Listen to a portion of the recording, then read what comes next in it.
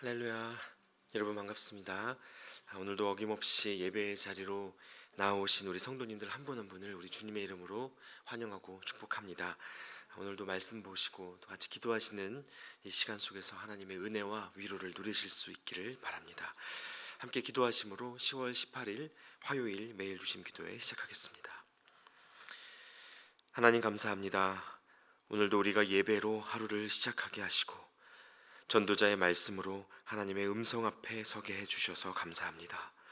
이 시간 우리의 귀와 마음을 열어주셔서 이미 우리 곁에 임재하고 계시는 하나님을 만나게 하시고 허락하시는 말씀대로 살아갈 수 있는 지혜와 믿음을 더하여 주옵소서. 예수님의 이름으로 기도하옵나이다. 아멘.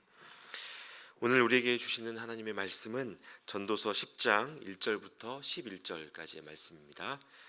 전도서 10장 1절부터 11절까지의 말씀을 봉독합니다. 죽은 파리들이 향기름을 악취가 나게 만드는 것 같이 적은 우매가 지혜와 존귀를 난처하게 만드느니라. 지혜자의 마음은 오른쪽에 있고 우매자의 마음은 왼쪽에 있느니라. 우매한 자는 길을 갈 때에도 지혜가 부족하여 각 사람에게 자기가 우매함을 말하느니라. 주권자가 내게 분을 일으키거든 너는 네 자리를 떠나지 말라.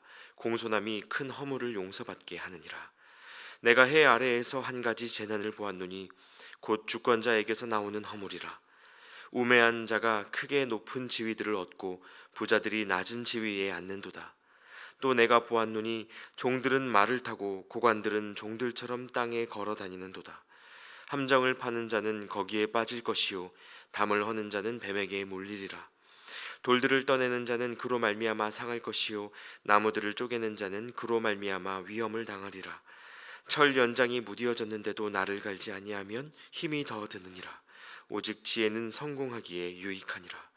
주술을 베풀기 전에 뱀에게 물렸으면 술객은 소용이 없느니라. 아멘. 네, 여러분 혹시 타이타닉이라는 배에 대해서 아십니까? 1912년 4월 10일 영국의 사우샘프턴 항에서 뉴욕 강을 향해 출발했던 이 배는요, 신도 이 배를 침몰시킬 수 없다, 이러한 광고 문구로 홍보가 될 만큼 당시 조선공업이 발휘할 수 있는 최신 기술의 집약체로 알려진 초호화 여객선이었습니다. 이 배를 짓는 데에만 이 자그만치 4억 달러, 그러니까 6천억 정도의 어마어마한 자금이 투입되었고요. 그래서 떠있는 궁전이라는 별명을 갖고 있었습니다. 길이가 약 300m 정도였고 높이가 20m가량, 그러니까 아파트 7, 8층 정도의 높이였으니까요. 그 규모가 어느 정도였는지 좀 짐작이 되시죠? 그런데 출항한 지 5일 만인 4월 15일 새벽 2시 18분에 이 타이타닉호는 부류하던 빙산과 충돌한 후에 두동강이 나면서 대서양 한가운데에 침몰하고 말았습니다. 당시 승선 인원이었던 2228명 가운데 711명만이 살아남은 인류 역사의 큰 참사로 기록된 사고였죠. 그 이후에 심해로 가라앉은 이 배의 침몰 이유에 대해서 여러 가지 조사들이 이루어졌는데요. 처음에는 이 온도 변화에 따라서 선체가 약해지고 또 얼음은 강해져서 배가 빙하와의 작은 충돌도 견뎌낼 수 없는 상태가 되었기 때문이었다라는 그런 해석이 주를 이루었습니다. 그런데 1985년에 이 침몰 선박의 잔해가 발견되고 나서 타이타닉호의 정확한 침몰 이유들이 밝혀지기 시작했습니다. 여러분, 그중 가장 큰 원인이 무엇이었는지 아십니까? 바로 이 선체를 조립할 때 사용했던 볼트, 그 나사 하나의 불량 때문이었습니다. 4억 달러에 달하는 호화 여객선이 단 1달러짜리 부품 불량 때문에 그 선체를 튼튼한 상태로 유지하지 못했다는 것입니다. 참으로 허무한 일이죠.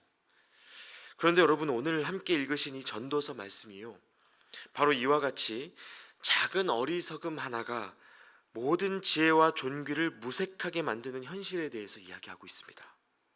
여러분, 1절 말씀을 다시 한번 보시겠습니다. 죽은 파리들이 향기름을 악취가 나게 만드는 것 같이 적은 우매가 지혜와 존귀를 난처하게 만드느니라. 아무리 좋은 향기름이 있어도 죽은 파리 하나면 그 좋은 향을 악취로 바꿀 수 있다는 것입니다. 작은 여우 하나가 포도원 전체를 헌다라는 이 아가서의 말씀처럼 모든 것들은 사소해 보이는 그 한 가지로부터 엄청난 영향을 받을 수 있다는 것입니다.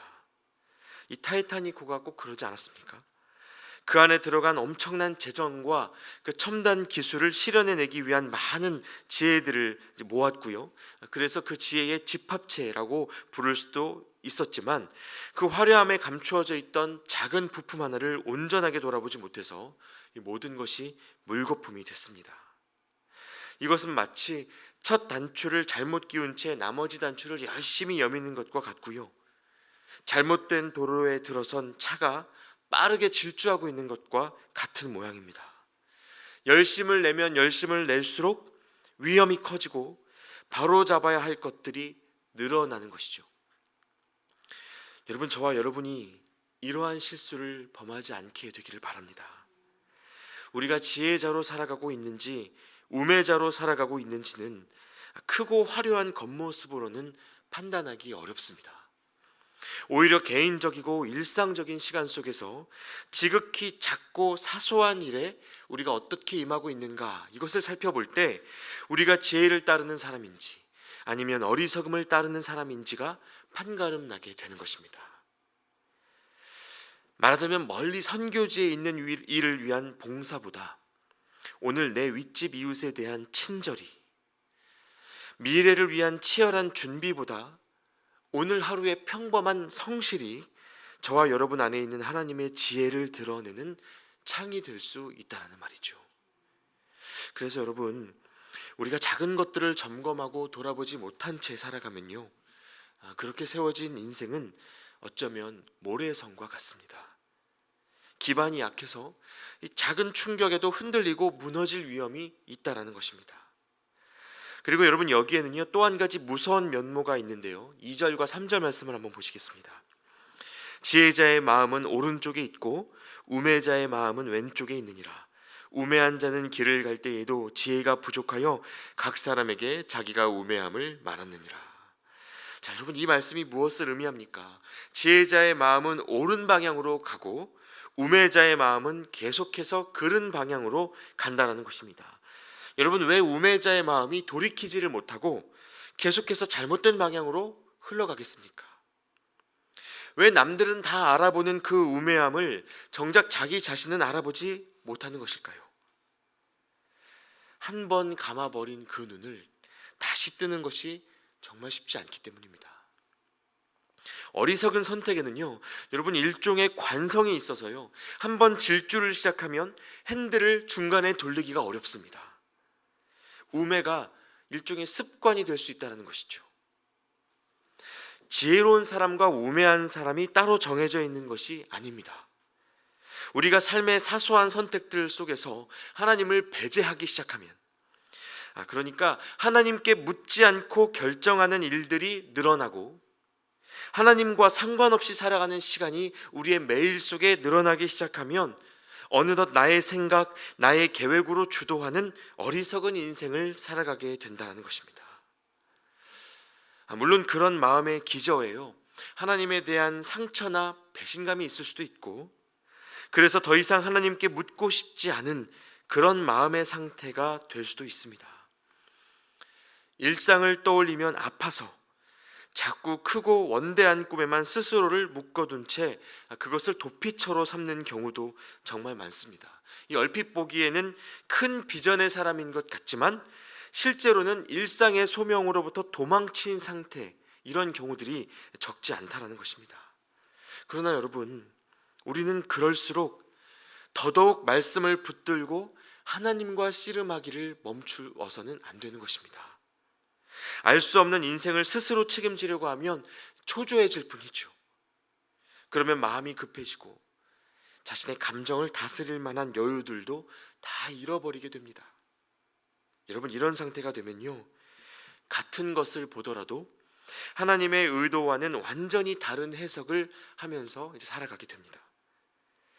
여름을 주시면 더위를 원망하면서 겨울을 기다립니다. 겨울을 주시면 추위를 원망하면서 여름을 구합니다. 목마름을 적시라고 물을 주시면요, 컵이 비어있는 만큼 원망하고, 꽉 채워주시면 더 담아내지 못하는 컵을 원망합니다. 그래서 아무것도 누리지 못하게 되는 것. 여러분, 이것이 어리석은 인생의 굴레이죠. 또 이러한 삶의 태도는요, 우리 자신뿐만 아니라 우리가 속한 공동체 전체에도 영향을 주게 되어 있습니다. 그래서 오늘 전도자는 이 5절 말씀을 이렇게 쓰고 있습니다. 여러분, 5절 말씀 다시 한번 보시겠습니다. 내가 해 아래에서 한 가지 재난을 보았노니 곧 주권자에게서 나오는 허물이라. 어떤 공동체의 주권자, 그 공동체를 이끌어가야 하는 권한과 책임을 가진 이들이 하나님께 묻기를 멈추고 이와 같은 어리석은 선택의 굴레에 매일 때 그 모습을 보니 꼭 재난과 같았다는 것입니다. 여러분, 이 주권자의 주권이 어디로부터 나옵니까? 누가 그 권세를 주셨습니까? 하나님이십니다. 그래서 가정에서든 회사에서든 어디에서든 그 결정권을 가진 자들에게 하나님이 기대하시는 소명과 책임이 있습니다. 이것은 그들에게 부여된 그 결정의 권리보다 어떤 면에서 더 중요한 것입니다. 성경 속에서 우리가 요셉과 다니엘의 삶을 묵상하면서 그 두 사람이 이르게 된 자리의 영광, 그 총리라는 자리의 영광을 바라볼 때가 있지만요, 여러분, 그들이 총리가 되었던 것은 이스라엘에 하나님이 하시고자 하는 일이 있었기 때문이었습니다. 그러니까 직책과 자리보다 중요한 것은 여러분, 비전입니다. 어떤 주권자가 공동체를 이끌어가는 힘이요, 그가 서 있는 자리가 아니라 비전에서부터 나와야 한다는 것이죠. 이것은 우리가 오랫동안 전도서의 저자라고 추정해왔던 솔로몬에게도 마찬가지였습니다. 여러분, 아마도 기억하실 텐데요, 솔로몬은 아버지 다윗을 이어서 처음 왕위에 올랐을 때 그가 새롭게 감당하게 된 왕이라는 자리의 책임과 권한이 참으로 무겁게 느껴졌던 것 같습니다. 그래서 기도하죠. 그 내용이 열왕기상 3장 7절과 9절 사이에 이렇게 기록되어 있습니다. 나의 하나님 여호와여, 주께서 종으로 종의 아버지 다윗을 대신하여 왕이 되게 하셨사오나 종은 작은 아이라 출입할 줄을 알지 못하고 주께서 택하신 백성 가운데 있나이다. 그들은 큰 백성이라 수요가 많아서 셀 수도 없고 기록할 수도 없사오니 누가 주의 이 많은 백성을 재판할 수 있사오리이까. 듣는 마음을 종에게 주사 주의 백성을 재판하여 선악을 분별하게 하옵소서. 자, 여러분, 이전에 우리는요, 이때 솔로몬이 하나님께 구한 것이 지혜라고 배워왔습니다. 그런데 정확하게는 무엇을 구하고 있습니까? 듣는 마음을 종에게 주사. 여러분, 솔로몬이 구했던 지혜는요, 듣는 마음이었습니다. 자, 그러니까 하나님께 귀 기울이고 하나님의 마음을 헤아리는 그 시간 없이는 주권자로서의 결정과 책임을 감당할 수 없다라는 고백이 그의 안에 있었다라는 말입니다. 여러분, 저와 여러분 안에도 이러한 결단이 세워지기를 축복합니다. 지극히 사소한 나의 일상까지도 하나님의 말씀이 없이는 걸어갈 수 없노라라는 이 고백. 하나님, 내게 말씀하여 주옵소서, 주의 종이 듣겠나이다 라고 하는 이 진심 어린 간구가 우리 안에 회복될 수 있기를 소망합니다. 여러분, 이것은 실로 우리 자신과 공동체 전체의 운명을 가를 수 있는 태도입니다. 오늘 제가 설교의 이 서두에서요, 예시로 말씀드렸던 여객선 타이타닉이 침몰했던 가장 큰 이유가 그 1달러짜리 볼트 나사의 불량 때문이었다고 말씀을 드렸죠. 그런데 조사 결과에 의하면요, 또 다른 하나의 주된 이유가 있습니다. 그게 무엇인지 아십니까? 바로 선장이었던 에드워드 스미스의 무지한 결정 때문이었다고 합니다. 그는 탐조등을 설치하지 않았고 망대를 갖추지 않았고 야간 관측 요원도 배치하지 않았습니다. 안전을 호언장담하면서 과속 질주를 지시했고요. 빙산과 충돌한 직후에는 SOS를 치지 않은 상태에서 지체 높은 승객들을 찾아가 그들을 안심시키는 데에 큰 시간을 허비했다고 합니다. 곁에 있던 수많은 선원들이 질문을 던지고 반론을 제기했지만 귀를 닫고 있었다는 것입니다. 듣기를 포기한 리더, 하나님의 지혜를 구하지 않았던 리더. 여러분, 이것이 역사에 얼마나 큰 참사를 가져왔는지 이제 우리는 생각하고 기도해야 하는 것입니다. 부름받아 세워진 한 사람이 하나님께 귀를 기울이지 않을 때, 하나님께 묻고 하나님의 말씀에 따라 선택하며 살아가는 삶을 포기했을 때, 그것은 결코 그 한 사람만의 일이 아니기 때문입니다. 이제 오늘 말씀 후반부에서요, 전도자는 이렇게 말씀을 마무리합니다. 여러분 10절 말씀을 한번 보시겠습니다. 철 연장이 무디어졌는데도 나를 갈지 아니하면 힘이 더 드느니라. 오직 지혜는 성공하기에 유익하니라. 우매에 대한 경계, 이 지혜에 대한 권고에서 오늘의 결론이라고 할 수 있는 말씀인데요, 여러분, 전도자는요, 하나님의 지혜를 구하지 않고 살아가는 그 우매함이 무뎌진 철 연장에 나를 갈지 않고 힘을 쓰는 것과 같다 하고 한 줄로 정리하고 있습니다. 여러분, 철 연장을 쓸 때는요, 그 날의 날카로움을 유지하는 것이 가장 중요하겠죠. 한번 갈고 나면 어느 정도는 그대로 사용할 수 있지만 사용할수록 그 날이 무뎌질 수밖에 없기 때문에 적정 시점이 되면 사용을 멈추고 다시 날을 가는 작업을 해줘야 합니다. 그래야 효율성 있게 그 일을 지속할 수 있습니다. 또 이 제때 날을 갈 수 있도록 그 날을 갈아야 하는 타이밍을 놓치지 않으려면요, 그 날의 상태가 어떠한지 수시로 더 자주 들여다봐야 하는 것입니다. 여러분, 이것이 하나님의 지혜를 구하며 살아가는 자의 모습이라는 것입니다. 많은 이들이 하나님의 부르심과 말씀을 따라 그 신앙을 시작하지만요, 여러분, 그걸 가지고 끝까지 걸어갈 수는 없습니다.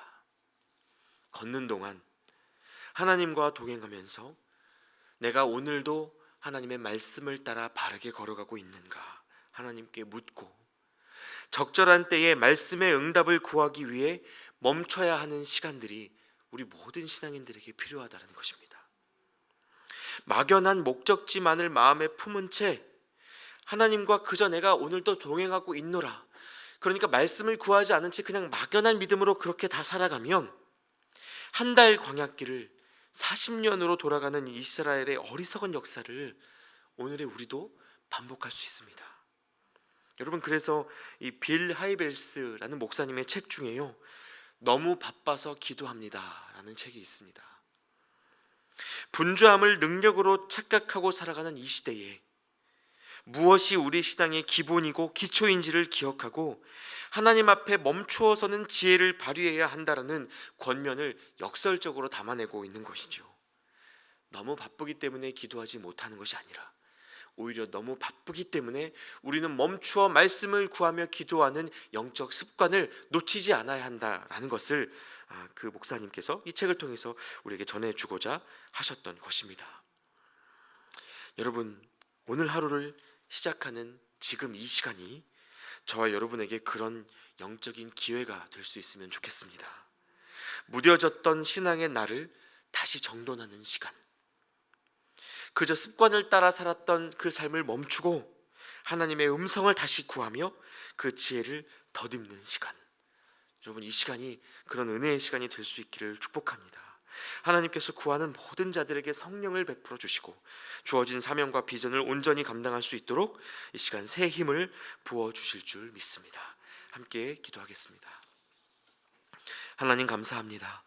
오늘도 우리에게 말씀해 주시고 우리가 깨어 붙들어야 하는 하나님의 지혜가 무엇인지 생각하게 해 주셔서 감사합니다.